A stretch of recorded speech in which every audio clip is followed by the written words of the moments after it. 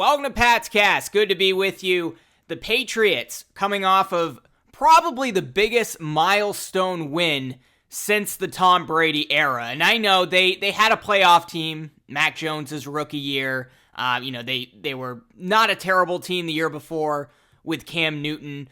But it kind of felt at that time like, look, you still have Bill Belichick, you still have Josh McDaniels. They're going to be good. They're just going to slowly build this thing back up again. And we all know what happened. It just went completely off the rails. A 7-9 season or 7-10 season, followed by a 4-win season where Bill Belichick got fired, and of course, the 4-win Gerard Mayo season, which was really a 3-win season because the Buffalo Bills threw that final game of the year. So this victory was huge, and it was imperfect. It was not, it was a very sloppy win in a lot of ways, but a milestone win in the sense that Drake Maye had what I believe is the best game of his NFL career. I thought the offensive game plan from Josh McDaniels was spectacular. I think he took a lot off Drake Maye's plate in terms of, all the complexity of being a quarterback, particularly in the shotgun and having to make quick decisions that way. He played to Drake Maye's greatest strengths, and part of that was Drake Maye took a lot more snaps under center in week 2 than he did in week 1. Now, a lot of that had to do with the fact the Patriots weren't able to run the ball early in week 1, but I think they abandoned the running game a little bit prematurely.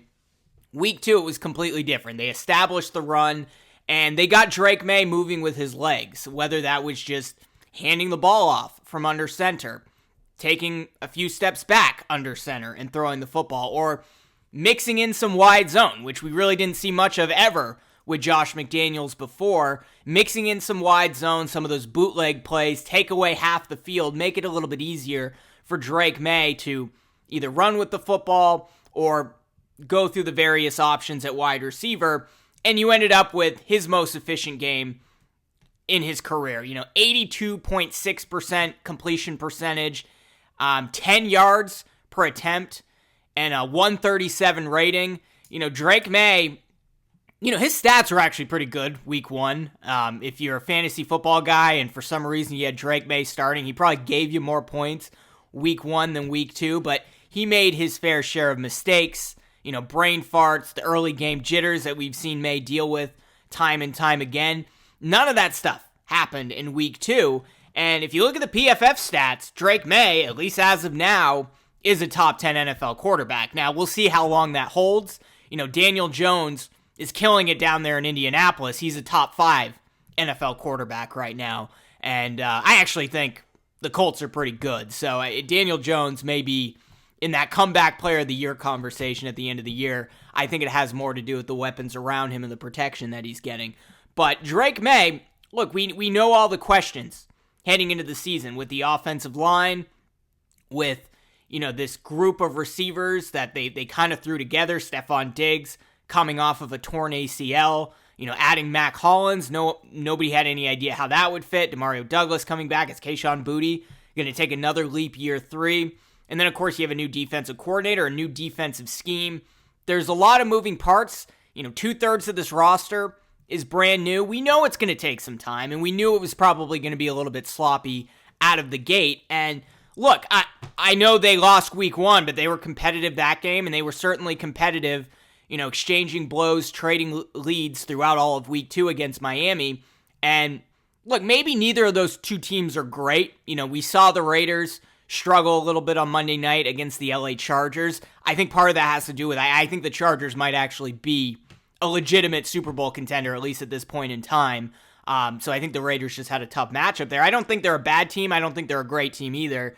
Miami obviously struggled quite a bit week 1 against the Colts, but they were back home. They needed a bounce-back game. I thought the offense played reasonably well, and they have all those weapons out there. And the Patriots, they had a defensive scheme. You heard Mike Vrabel talk about this on Monday, where they were really trying to protect the middle of the field between the numbers and push the receivers to the edge.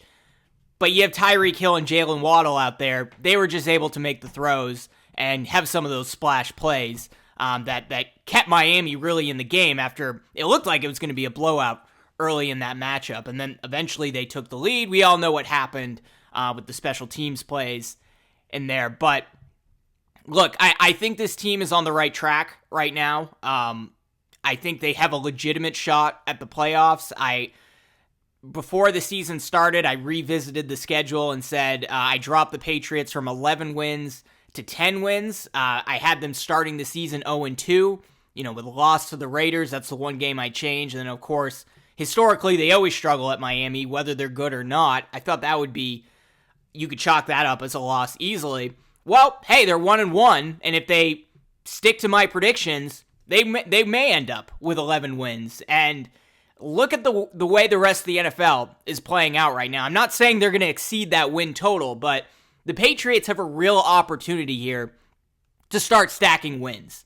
And I'll get to that in just a minute, but I thought it would first be good to kind of revisit, now that we have a full picture of how Sunday's game played out, what ended up happening. And Greg Bedard was going on about this, about the game balls. I'm not a person that gets bent out of shape about who gets a game ball and who doesn't, but if you saw the in the locker room post-game clip with Mike Vrabel, they got rid of the "aw yeah," by the way, which they did for 25 years or whatever. But the game balls went to Ramondre Stevenson. Made a lot of sense. I think this was a career game for him. Really the first game that he's shown up as a pass-catching running back and did an excellent job on that wheel route or whatever that route was on Drake Maye's best throw of the game as well. Stevenson led the team in rushing, and he was up there. And I think he actually might have led the team in pass-catching as well. But he certainly deserved a game ball. Antonio Gibson got one because of special teams. Patriots lost the lead on a punt return, kickoff return the next play. Antonio Gibson with Mike Vrabel running alongside the sideline there. Certainly earned a game ball. Milton Williams, the game-clinching sack, he had a pretty good game. He's been pretty good through 2 weeks. And as I've talked about many times, I'm worried about conditioning.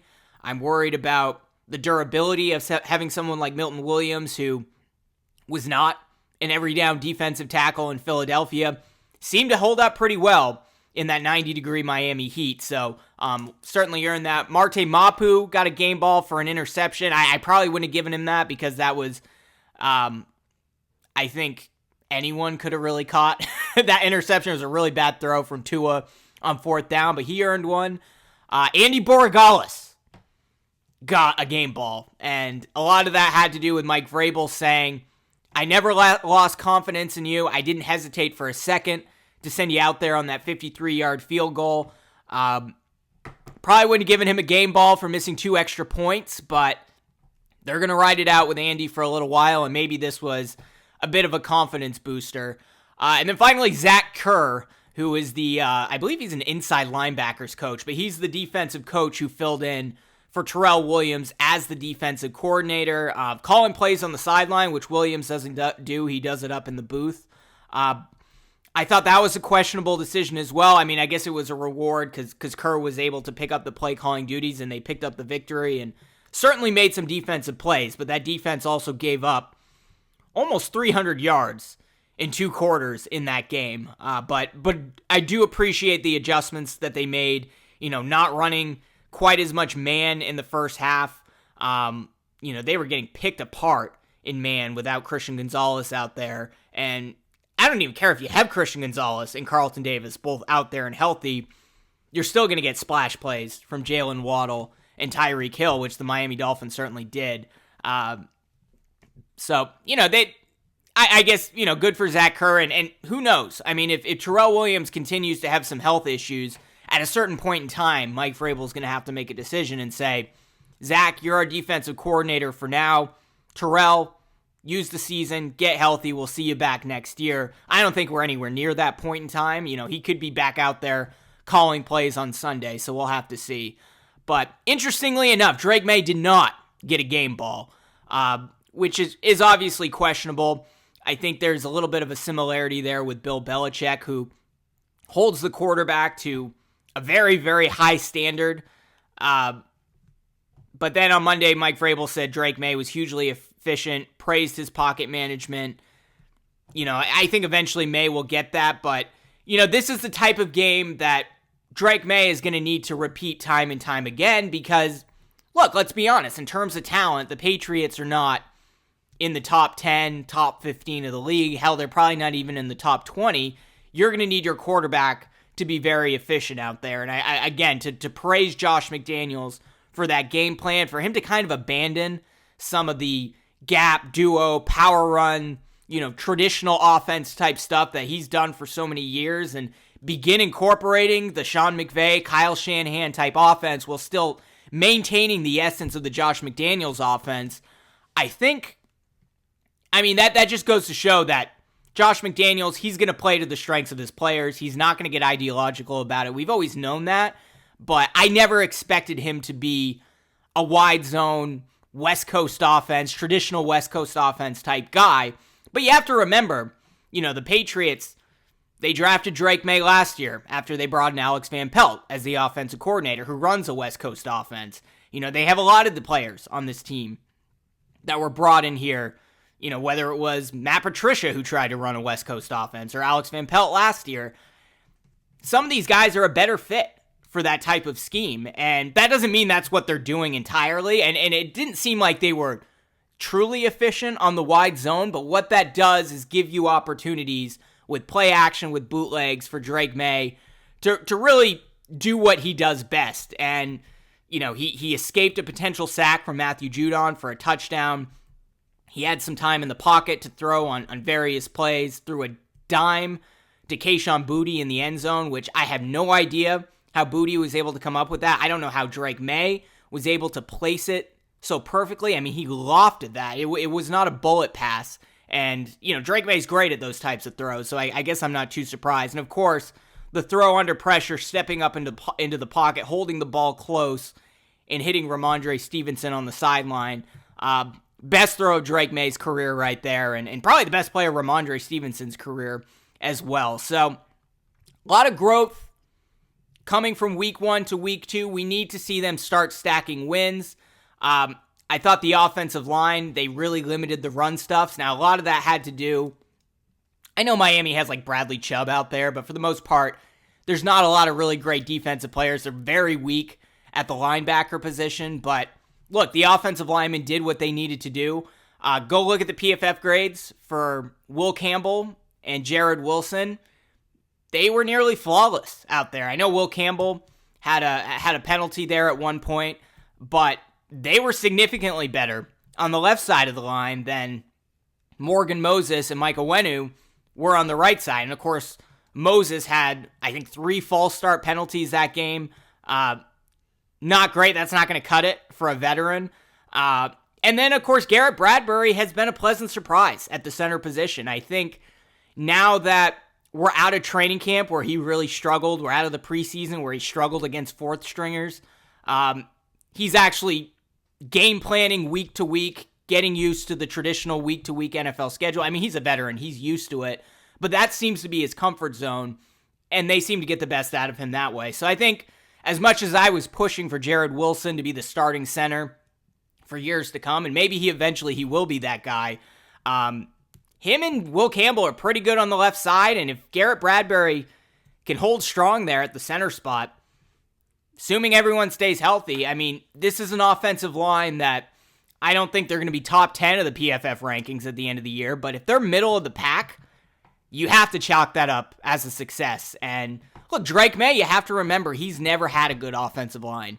He never had a good offensive line in college, and in the NFL, he had the worst in the league last year and was still relatively productive. So you give a guy like that some decent protection, the sky's the limit. And we've seen that with a number of quarterbacks, right? Whether they're a mobile quarterback or not. Once Lamar Jackson started getting better protection in there, he started to become a better pocket passer, and they started being able to use him in different ways. Look at what Daniel Jones is doing right now. He was getting the crap kicked out of him every year at New York, except for one, of course, his contract year where he got paid all that money.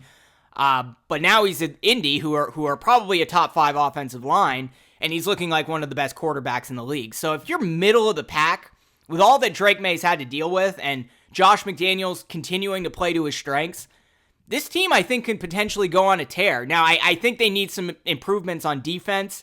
The pass rush was finally there in the second half after really not being there all game, at least for the first half. They were starting to get some pressure with the defensive tackles, whereas week one, it was more the edge rushers, Harold Landry on the outside. He was a bit quiet in week two.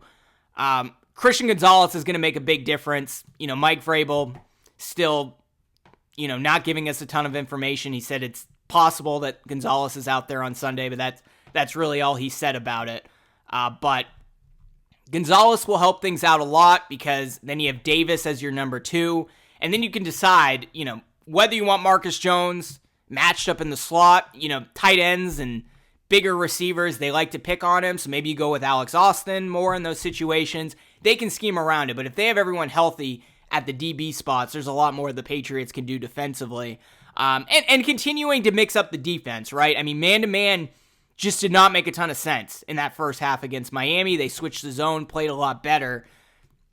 I know they're going up against Aaron Rodgers. They'll probably, especially if Christian Gonzalez is out there, will run a lot more man-to-man in that game because we know Rodgers is a veteran that is able to pick apart zone defenses pretty well.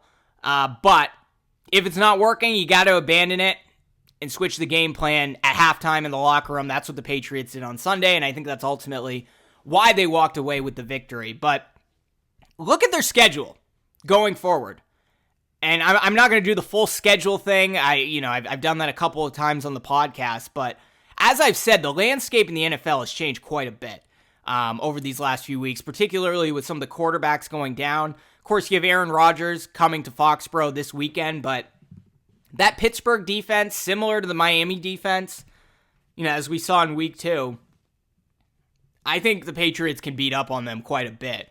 I think this could be similar to the Miami game, another flashy trading jabs and haymakers type game, high-scoring game, but a very winnable game. And Aaron Rodgers has always seemed to struggle road games in New England. They beat him last year with the Jets after the Jets crushed the Patriots early in the season.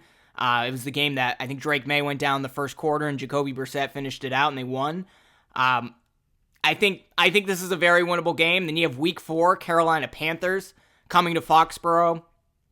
They're struggling right now. I think they made a late game run there against the Arizona Cardinals, but they were down by like 20-something points. Nearly came back there at the end, but I don't think the Cardinals are great either, and the Panthers certainly aren't. So I'd be very disappointed if they didn't win that game. Of course, you go on the road Sunday night against the Buffalo Bills. Bills probably your AFC top contender at this point in time, maybe your top Super Bowl contender.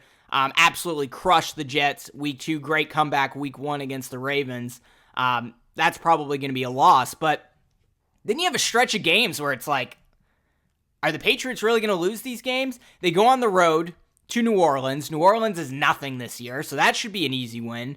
Then they got to go on the road to Tennessee. I don't think that's necessarily an easy win. I actually really like Cam Ward from what I've seen so far, but they are in a full-on rebuild right now. It's, of course, the Mike Vrabel revenge game. That Patriots should be favored in that matchup, and I think just Cam Ward will do some things out there, but Titans have a long way to go, and I think the Patriots should be able to pick up a victory pretty easily there. Cleveland Browns in Foxborough, they're one of the worst teams in football. That's an easy win.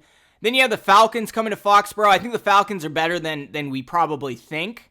I think they're pretty good defensively, as we saw in the last game. I think it was Sunday night against the Minnesota Vikings. So that'll be a good test, but you'll have built up a number of weeks to really test out this offense and figure out what works best. And, Michael Penix, I'm not sure. I'm not sure about Michael Penix. I think that should be certainly a winnable game. I'm not sure I'd pick the Patriots at this point in time, but, it might be a coin flip. Then on the road to Tampa, I think Tampa's really good. I think they are a dark horse Super Bowl contender. They just continue to add weapons to that offense, and they have some of the most talented defensive players in the league. And, I know they lost their offensive coordinator this past year, but they haven't really skipped a beat. So that's going to be a tough one. Jets coming to Foxborough, Thursday Night Football, short week. Should be a win there. And then, of course, the Patriots going to Cincinnati in late November.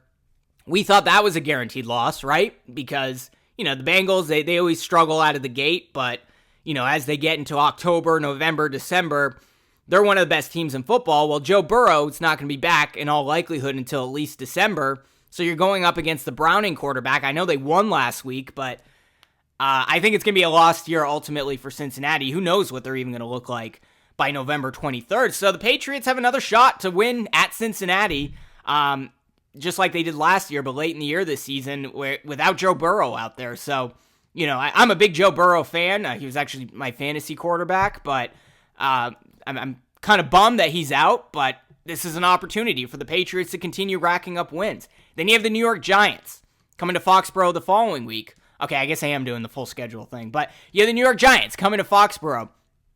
I think that team's going to be a complete mess this year.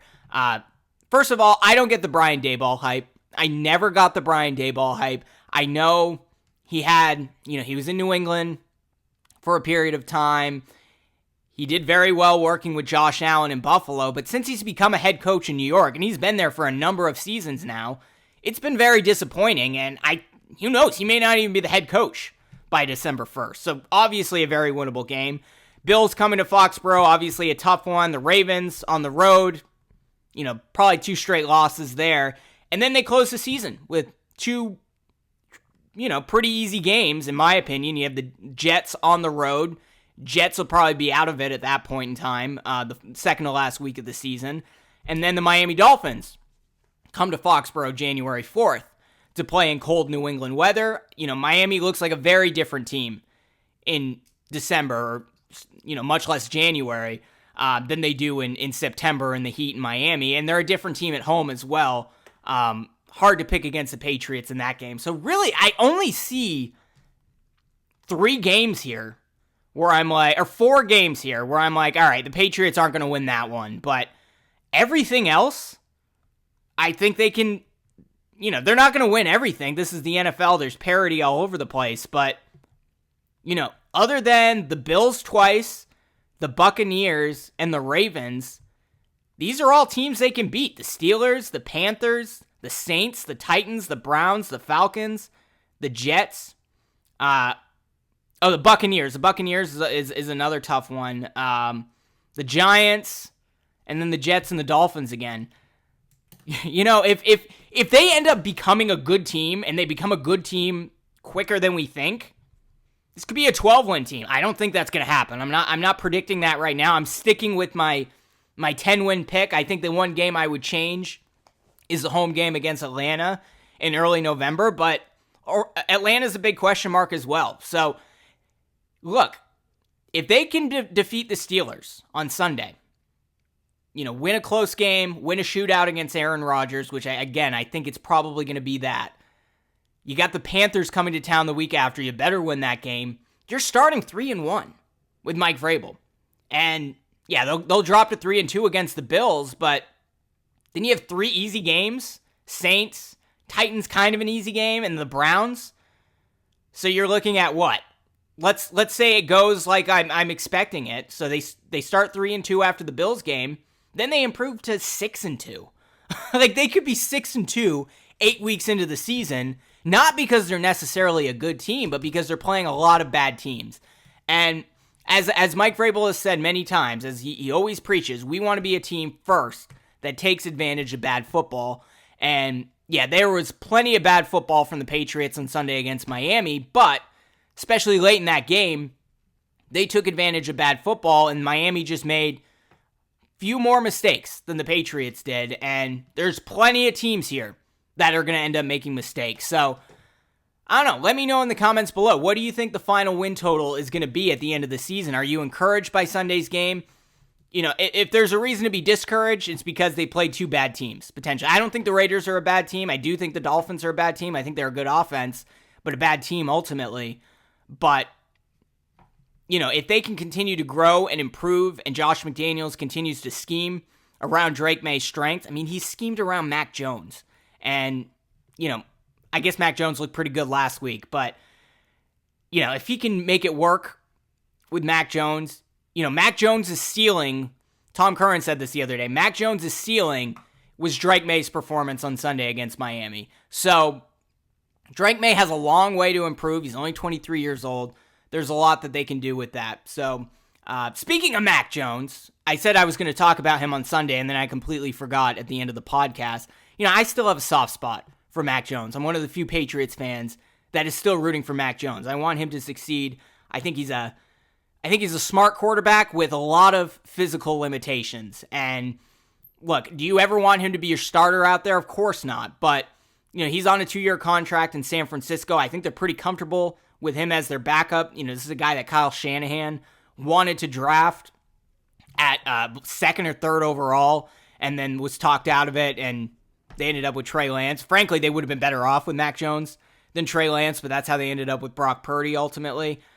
But look, here's what I'm going to say. If right now you have Josh Dobbs as your backup, and then Tommy DeVito, hopefully eventually he will be your backup, but who knows in a couple of years, are those guys going to even be on the team? Probably not. Mac Jones, his contract runs out end of 2026 season. You're looking for a backup. I don't think that's a terrible option. He worked very well with Josh McDaniels. It would be pretty hilarious. And, Drake Maye, God forbid, ever went down. He had to ride the rest of the season with Mac Jones. Not a lot to be confident about, but I would probably take Mac Jones as my backup versus Josh Dobbs and even Tommy DeVito, who I really like at this point in time, especially in Josh McDaniels' offense. Again, he's in San Francisco for at least another season, so this we won't revisit this for quite some time, but I'm just saying, you want a backup quarterback that is at least competent out there. I think Mac Jones working with Josh McDaniels once again, not a bad idea. Not a bad idea. Again, there are physical limitations. The second he gets uncomfortable or has any sort of mechanical breakdown, the accuracy, the velocity, everything just completely falls apart, as we saw many, many times in New England. But as a backup, a couple more years under his belt to understand things a little bit more, with how well he worked with Josh McDaniels, I love for the Patriots at least to consider it. But they love him in San Francisco. The fans seem to love him. They beat the Saints, so it's not like it was a huge victory, and it was a close game, but something to think about a little bit. So I'm one of the few people that is still holding out hope for Mac Jones. But that's the end of this episode of PatsCast. If you're watching on YouTube and you like this video, smash that like button, subscribe to this channel, hit that notification bell, or subscribe if you're listening on Apple Podcasts or Spotify. We'll be back very soon with more New England Patriots coverage.